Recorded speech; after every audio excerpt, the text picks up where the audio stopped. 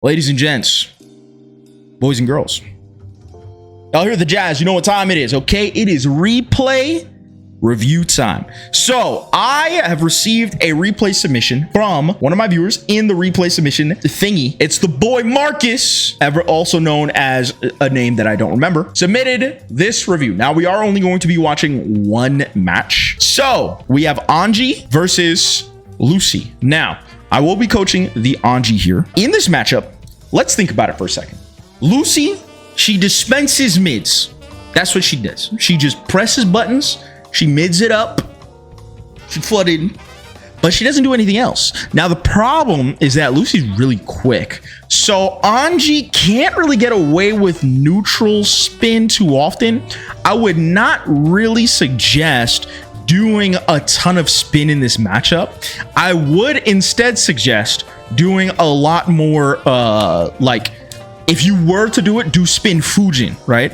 So that's an immediate just bit of advice going into this matchup. Spin Fujin so that you can get out a hitbox, right? Because Lucy's really quick. She's able to kind of react to the Fujin and then just kind of like either back away or dash up and throw you really fast. So yeah, don't go so much for parry in neutral a ton, but obviously, like I don't know what you did. Maybe you didn't. I don't know. Let's see. Let's find out. All right, here we go. Let's see what it is. Round start. Bam! Instant air dash forward. Now, that's crazy. I'm not gonna lie to you. That's a little crazy. Very aggressive. I'm not sure if you were trying to hard bait a backdash or something like that. Them trying to back up in neutral. However, it is much more appropriate for Anji to be able to just stay on the ground around start. First of all, pause, cat cam.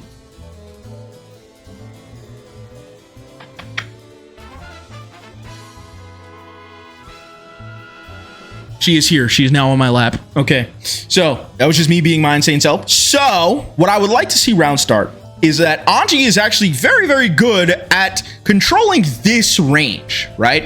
If you want to swing at your opponent around start, his far slash kind of halts a lot of people in place. It's relatively fast. I think it's like 12 frames. I'm not gonna fact check that, 12, 11 frames, but it is relatively fast and it can contest a lot of round starts, especially Lucy's, because Lucy has a very, very slow round start. If you guys do not know, her far slash is 13 frames and her 2S is 11 frames, but it's also stubbier than her far slash, and I do not think it hits at a round start range, right? And if you suspect they're going to back up, then you can just do Fujin here, right? You can Fujin and that will actually catch backdashes. So yeah, instant air dash, a little bit crazy, but they met you up in the sky, right? Y'all traded. You run up, you're jumping, okay? Now let's assess the positioning on the screen, right? The Lucy's trying to play a bit more of a grounded game. You are not.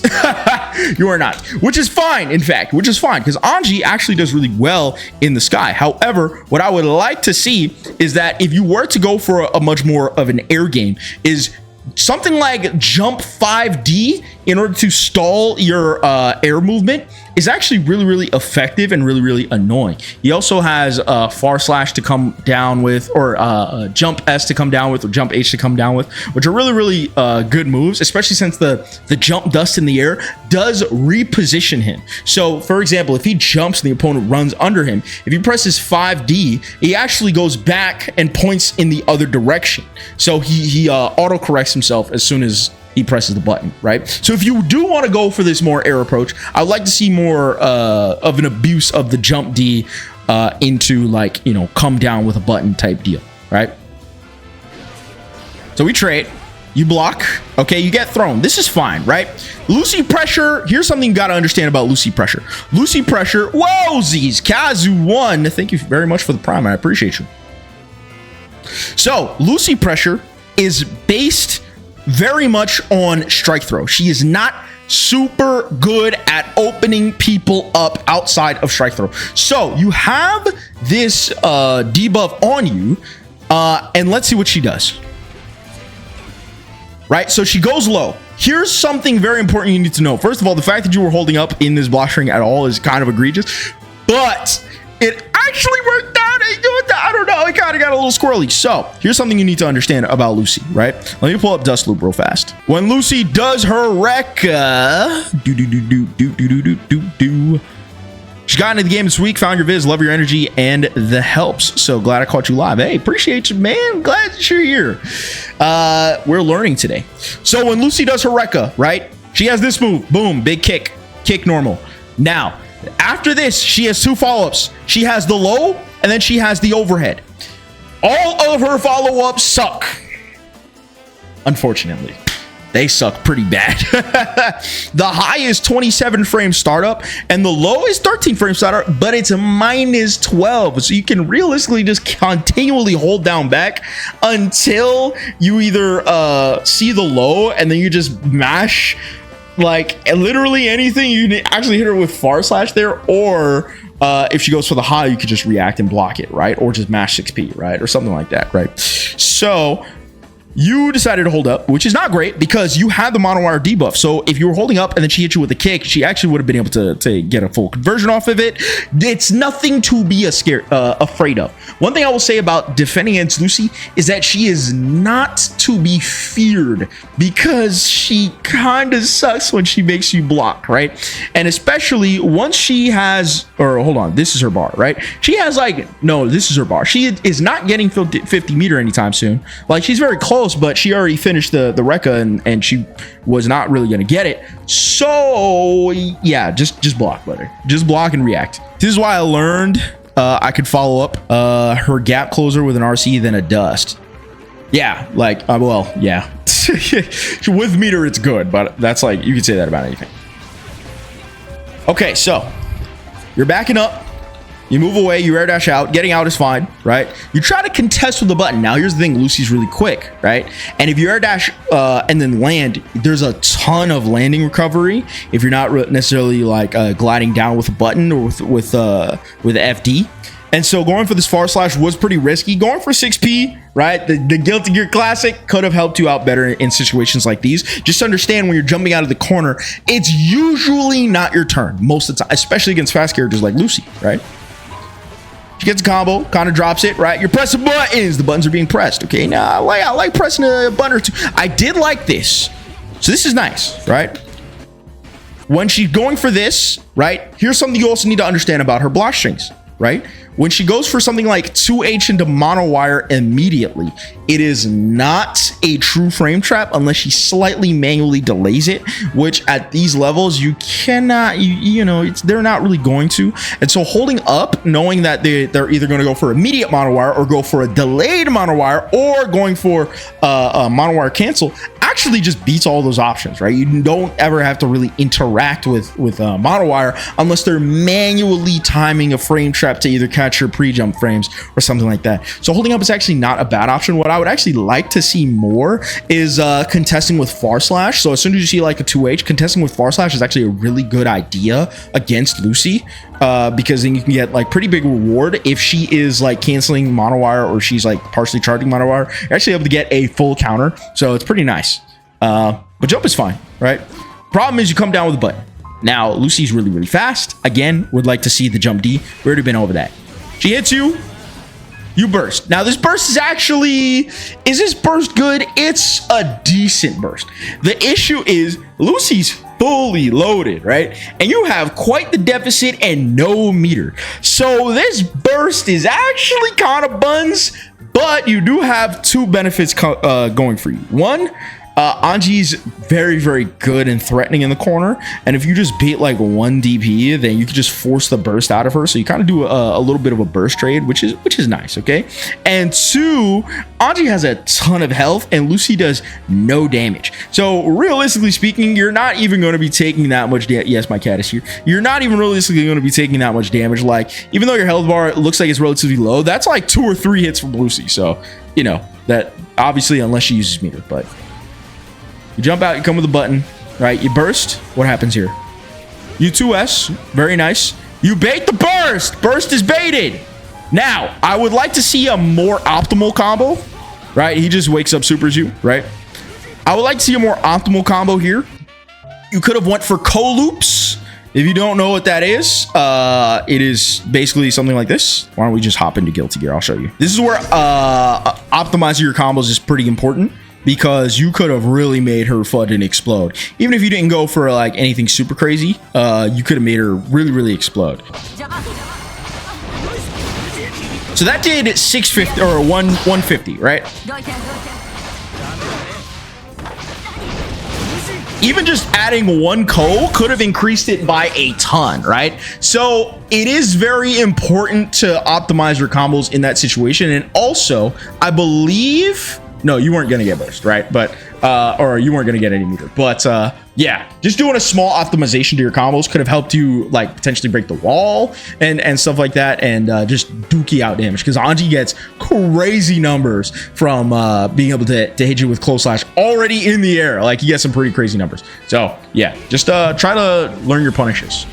Right, they do wake up super. It's fine, right? One thing I will say is that situational awareness, having like if your opponent has an 100 meter, right? Lucy has 100 meter.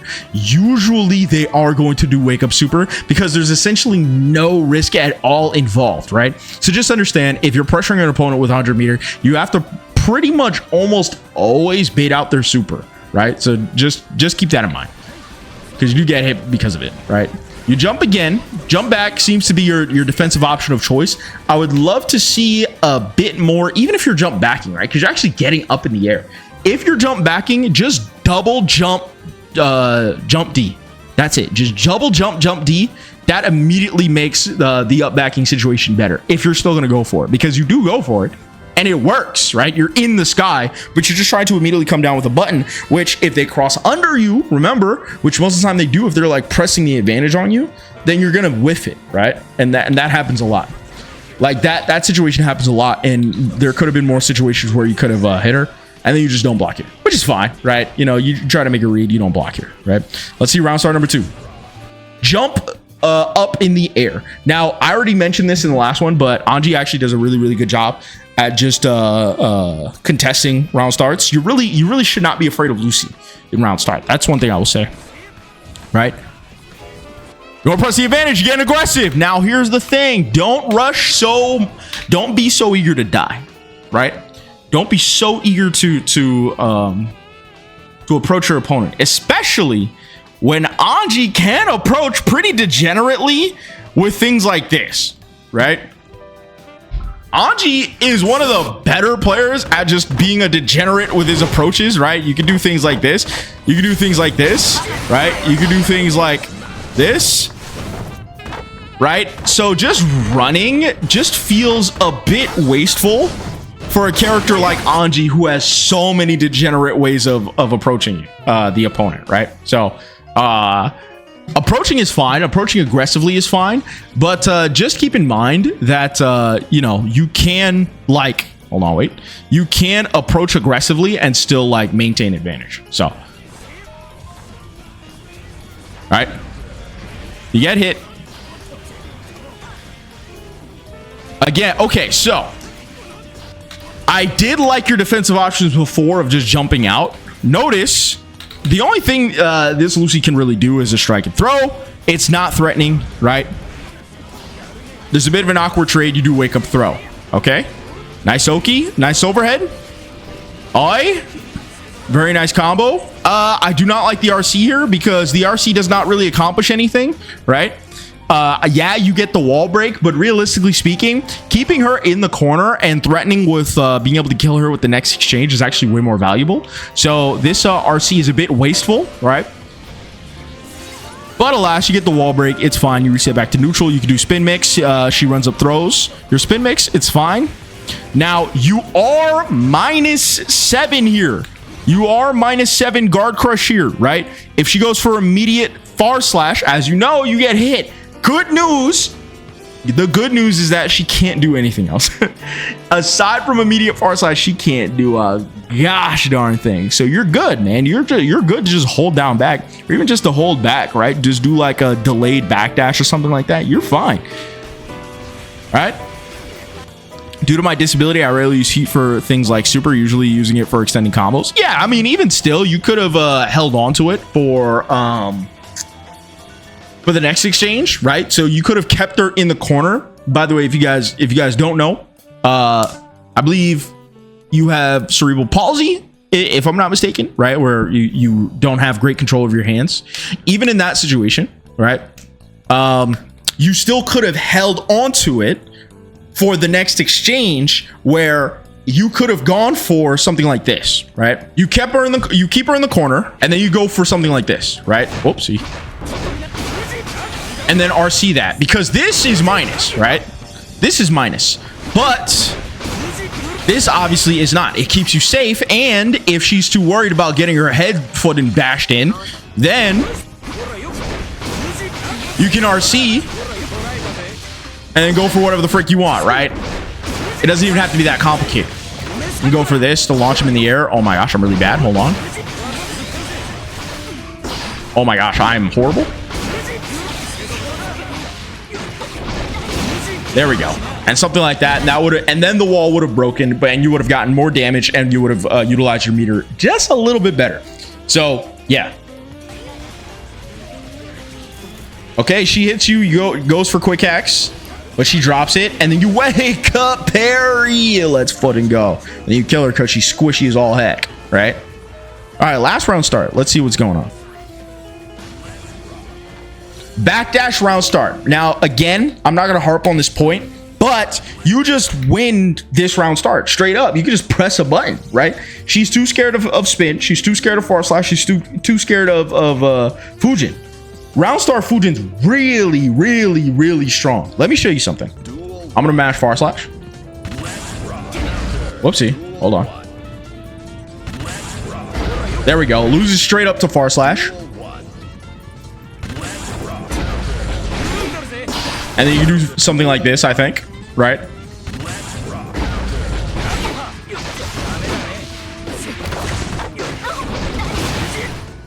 Right? Immediate wall break. Immediate wall break. Or straight up loses to spin. And I think you get this from spin. Right? And it loses to, I just did Fujin, right? I just did Fujin round start. It just straight up loses to Fujin. Now, if she goes for something like backdash round start, and I think that I'm gonna set her to block, right? Ooh, actually it doesn't reach. I thought it reached. But you can just hold and charge it and then just like force the mix anyway, right? Right? You can just force the mix immediately. Just straight up round start. So yeah. Don't be too afraid of contesting round start, because Anji has a very big advantage over her. Actually, before we move on, I'm actually curious to see what can he do, or what can he do to 2S? Because 2S is a little different. It's a little faster, but I still think it's not that good. Okay, it trades, right? And yeah, you just completely smoke it with footed. What are you, plus 15? Okay, that's 27 frames, but you're plus 15, you just get that straight up, right? And I think you get